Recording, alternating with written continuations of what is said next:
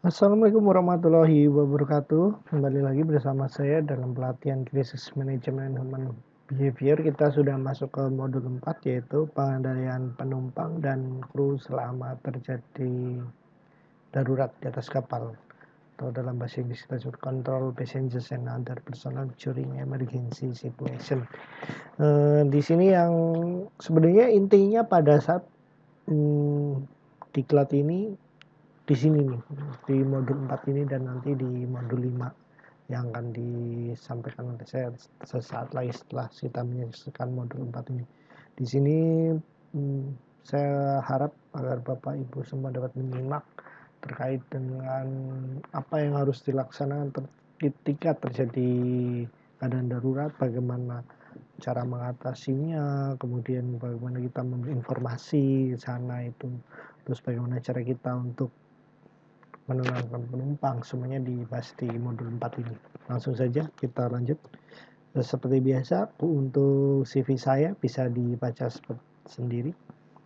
Nama saya Arif Budi Hastono, lahir di Kebumen tanggal 26 Februari 1989. Ijazah darat saya D4 Nautika dan ijazah laut di Ahli Nautika tingkat 2. Pernah bekerja di kapal selama 8 tahun, kemudian bekerja sebagai PNS dari tahun 2021 sampai dengan sekarang di BP3IP Jakarta sebagai instruktur. Lanjut, tujuan pembelajaran seperti sebelumnya, yang pertama yaitu menambah pengetahuan dan keterampilan tim manajemen kapal dalam penerapan pengendalian situasi darurat, kemudian meningkatkan kemampuan tim manajemen kapal untuk meyakinkan keselamatan para penumpang, pencegahan penyemaran dan keselamatan kapal, memiliki rasa tanggung jawab yang tinggi dalam mengatasi keadaan darurat, dan tujuan khusus di sesi 4 ini atau modul 4 ini pada pembelajaran praktek itu mampu mengambil tindakan untuk mengelola penumpang pada saat terjadi keadaan darurat. Jadi pada saat terjadi keadaan darurat, Bapak Ibu diharapkan untuk dapat mengelola tindakan. Jadi lebih intinya ini loh, tindakan yang harus dilakukan itu apa saja. Nah, seperti biasa, kita sebelum mulai pembelajaran saya akan tampilkan video terkait dengan tindakan pada saat situasi darurat di atas kapal. Mohon disimak baik-baik.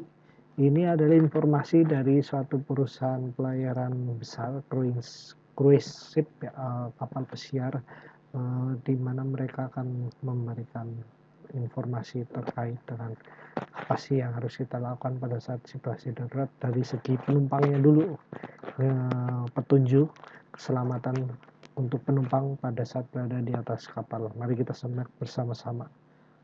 Welcome aboard.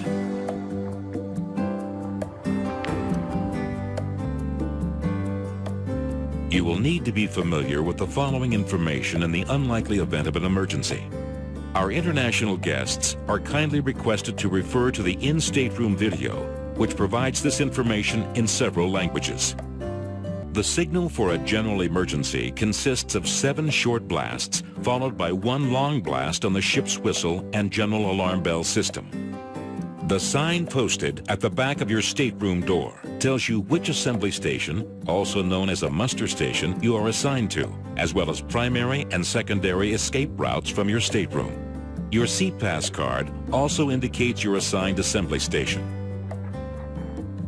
If you are in your stateroom when the alarm is sounded, gather warm clothing and any medications you may need. A life jacket will be provided for you at your assembly station. In case of an actual emergency, use the stairs designated as your primary or secondary escape route. Please note that some escape routes use stairways normally designated for crew. Take time to familiarize yourself with the specific route from your stateroom to your assembly station. Then proceed to your assigned assembly station. If you are not in your stateroom when you hear the alarm, proceed directly to your assembly station where a life jacket will be provided for you. Do not use the elevators when proceeding to your assembly station. In the unlikely event of reduced visibility in the corridors and stairways, lighting along the floor will also illuminate to route you to the nearest exit. Eating, drinking, smoking, or the use of cellular phones is not permitted during this process. Crew members will be located throughout the ship to help guide you to your assembly station. Your assigned assembly station is indicated on your SeaPass card. Please have your SeaPass card in hand and available for the crew members who will be guiding you to your assembly station. Parents, in the event of an actual emergency, the fastest and safest way for you to meet your children is to go directly to your assigned assembly station. Your children will be brought to the assembly station by the youth staff. The colored wristbands distributed to your children will allow us to escort them to the correct assembly station. At each assembly station, there is a leader and assembly station crew. In a real emergency, the assembly station crew will provide life jackets for all guests. Instructions on donning the life jacket are as follows. Velcro-type life jackets must be separated before placing over your head and then securing the two halves together again. Bring the strap around your back and insert it into the buckle. Some life jackets may have a ring and clasp for securing. Pull firmly on the strap, making sure that the jacket fits snugly and securely. Tuck in the end of the strap.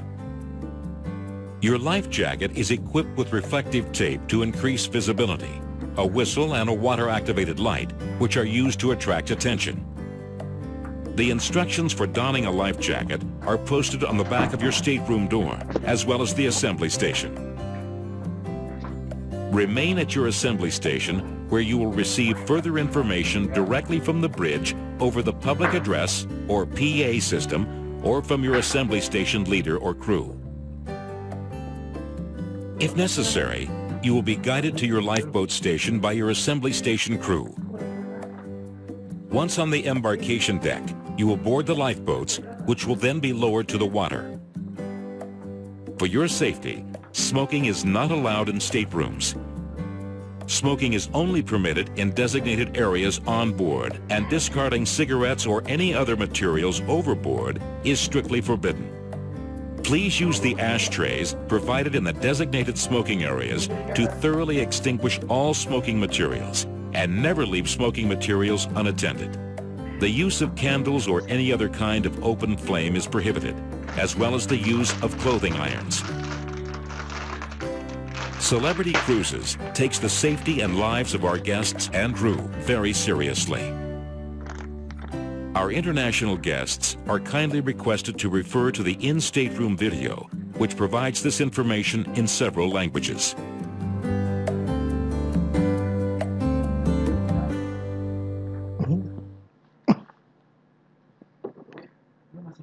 Bagaimana Bapak Ibu semua terkait dengan video tentang keselamatan di X-Cruise ya, maaf. Di situ dijelaskan bagaimana tindakan yang penumpang harus lakukan pada saat terjadi situasi darurat di atas kapal. Yang pertama, mereka akan didengarkan dengan isyarat bunyi atau general alarm, di mana 7 tiup pendek diikuti dengan 1 tiup panjang secara terus-menerus, atau 7 alarm pendek diikuti dengan 1 alarm panjang, seperti itu.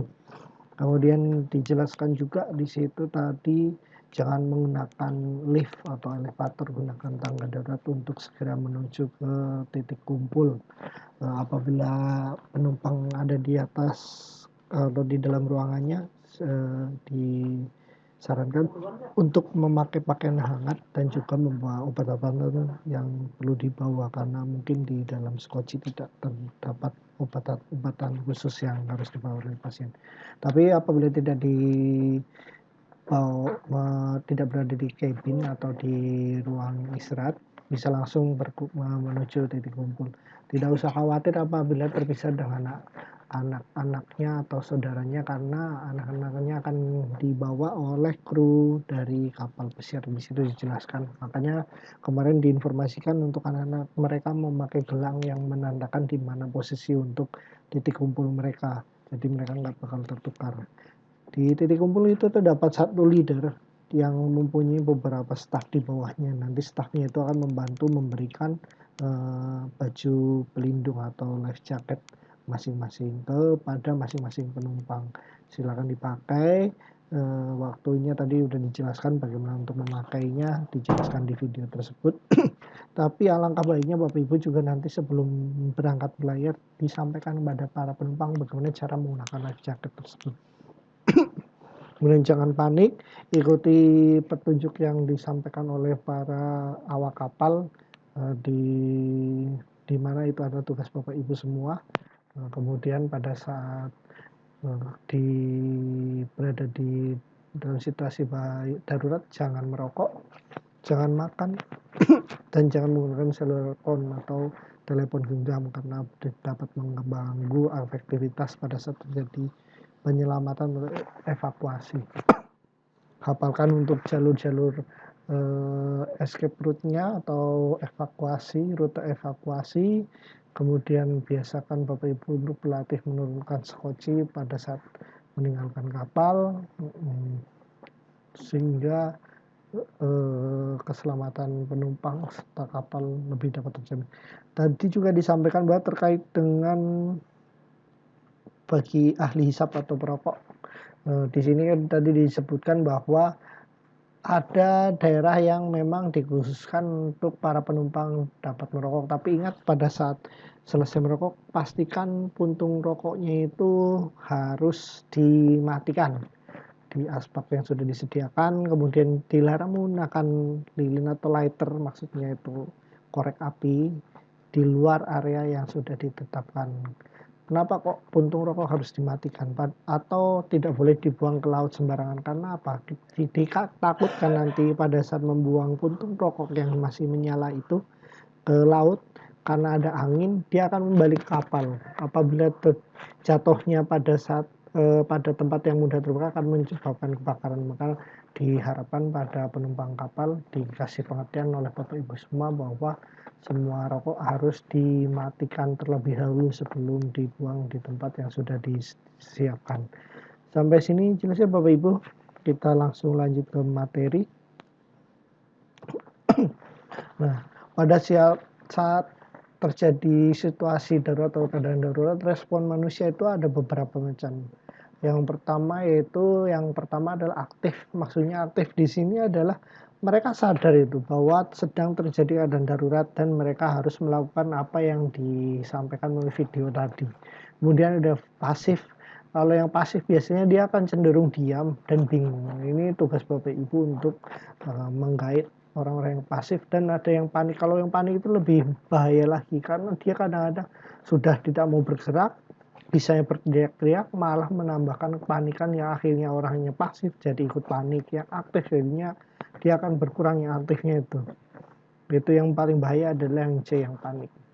Kemudian kemungkinan tindakan yang para penumpang yang merugikan yaitu biasanya sih di atas apabila terjadi ini, mereka akan mencari saudara atau teman dan tidak mengikuti petunjuk awak kapal. Itu yang sering terjadi umpamanya. Padahal tadi dijelaskan bahwa sebelumnya bahwa apabila terpisah dengan anaknya akan dibawa oleh awak kapal menuju ke titik kumpul atau master station. Jadi ini yang susah, maksud saya itu ini menjadi tantangan Bapak Ibu semua dalam saat terjadi keadaan darurat, bagaimana untuk menenangkan penumpang. Kemudian menaruh perhatian untuk mengambil kembali barang-barang miliknya. Ini yang parah nih, umpamanya handphonenya masih di ruang cabin padahal kita sudah tinggal saja, atau laptopnya masih atau uang tunai udah tinggal aja. Nyawa itu lebih penting daripada barang-barang yang dimiliki. Kemudian panikan. Wah, tadi kan udah disebut, bentar udah panik, dia udah merasa hidupnya pasti akan berakhir dengan tenggelamnya kapal ini. Itu yang bahaya. Makanya saya minta Bapak Ibu semua, bagaimana caranya itu meredakan kepanikan yang ada pada penumpang. Kemudian malah ada yang nanti mencari pesan masuk ke dalam cabin atau ke dalam kamar. Dia bukannya lari ke master station, malah dia balik ke ruangan tempat istirahat itu. Itu yang paling susah. Makanya untuk kru awak kapal harus mengecek bahwa pastikan semua ruangan itu adalah kosong ya. Kemudian bergerak ke arah berlawan kemana. Jadi misalnya gini, kapal miring kiri, mereka akan lari ke sisi kanan, berharap bahwa kapalnya akan balik. Itu tidak akan menjamin. Padahal kita lebih menurut saya itu, kalau kapal miring ke kiri, kita harus lari ke kiri juga agar kita dapat evakuasi melalui skoci yang berada di sebelah kiri, karena dia akan lebih dekat dengan air, sedangkan yang di kanan dia skoci tidak bakal bisa diturunkan seperti itu. Lanjut ya Bapak Ibu semua. Kemudian tindakan dalam mengendalikan kekacauan massa, yaitu yang jelas Bapak Ibu harus memberi informasi nyata pada situasi yang dihadapi untuk mencegah rumor yang negatif ini yang perlu jadi catatan ya. Kemudian mencegah tindakan dramatis, tunjukkan sikap yang tenang. Kemudian memanfaatkan penumpang yang aktif, namun jangan memberikan mereka bertindak semaunya. Nah, kemudian ada menjaga rasa persaudaraan bersama, kemudian menitipkan anak-anak kecil yang tidak dikenai identitasnya kepada para penolong dewasa. Ini yang bisa kita sampaikan dalam mengendalikan kekacauan massa. Ini salah satu, nanti prakteknya di atas kapal Bapak semua, Ibu semua harus bisa melaksanakan ini semua. Jadi kesimpulan pada pertemuan kali ini yaitu setiap kru kapal harus menangani masalah-masalah terkait dengan tingkah laku manusia dalam situasi darurat dengan cara jangan panik sehingga mampu mengendalikan massa. Maksudnya jangan panik sini, jadi Bapak Ibu semua dapat berpikir tenang, melakukan apa yang terbaik, melakukan sesuai yang sudah dilatih sebelumnya, bisa menurunkan skoci tanpa harus ada kendala yang berarti sehingga dapat menyelamatkan semua penumpang yang ada di atas kapal. Terakhir, seperti biasa ada soal IC. Saya minta Bapak Ibu untuk mengerjakan ini semua dan skenario seperti ini. Apabila terjadi kebakaran di ruang kendaraan kapal penumpang hingga ada perintah untuk meninggalkan kapal, penumpang di kapal banyak yang berteriak dan panik. Saya tanya bagaimana cara Anda mengendalikan massa tersebut sehingga dengan tertib mengikuti arahan dari Anda untuk menuju ke tempat evakuasi. Caranya bagaimana? Kemudian sebutkan peralatan pendukung yang Anda gunakan dalam situasi itu. Misalnya bisa menggunakan pengeras suara atau apa saja yang digunakan. Nah, minta tolong ditulis di situ, silakan dikerjakan. Saya tunggu 1 jam dari sekarang. Kemudian jawaban Bapak Ibu semua bisa diupload di LMS ini. Terima kasih. Itu saja yang dapat saya sampaikan pada modul 4 praktek CMHBT ini. Semoga kita dapat bertemu kembali di sesi selanjutnya. Akhir kata, terima kasih dan wassalamualaikum warahmatullahi wabarakatuh. Sampai ketemu di pertemuan berikutnya. Dadah.